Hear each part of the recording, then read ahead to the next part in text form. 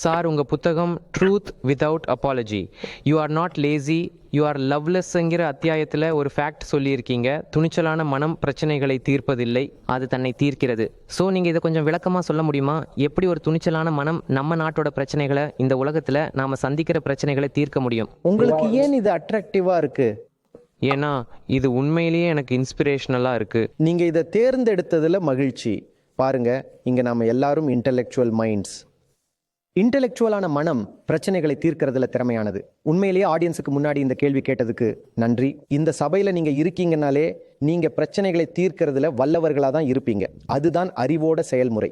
அறிவுனால வெளியில ஒரு பிரச்சனையை பார்க்க முடியும், தீர்வு என்னன்னு சிந்திச்சு அந்த பிரச்சனையை தீர்க்க முடியும். ஒரு பிரச்சனையை எடுத்துக்குங்க.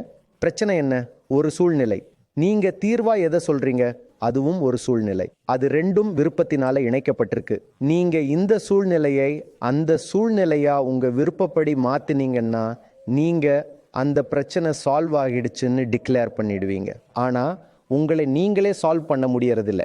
அதனால தான் வேற ஒன்று தேவைப்படுது, அறிவுக்கு அப்பாற்பட்ட ஒன்று. அதை தான் நான் துணிச்சல்னு இந்த கான்டெக்ட்ல சொல்றேன். இதை வேற பேர்களில் வேற மாதிரியும் சொல்லலாம்.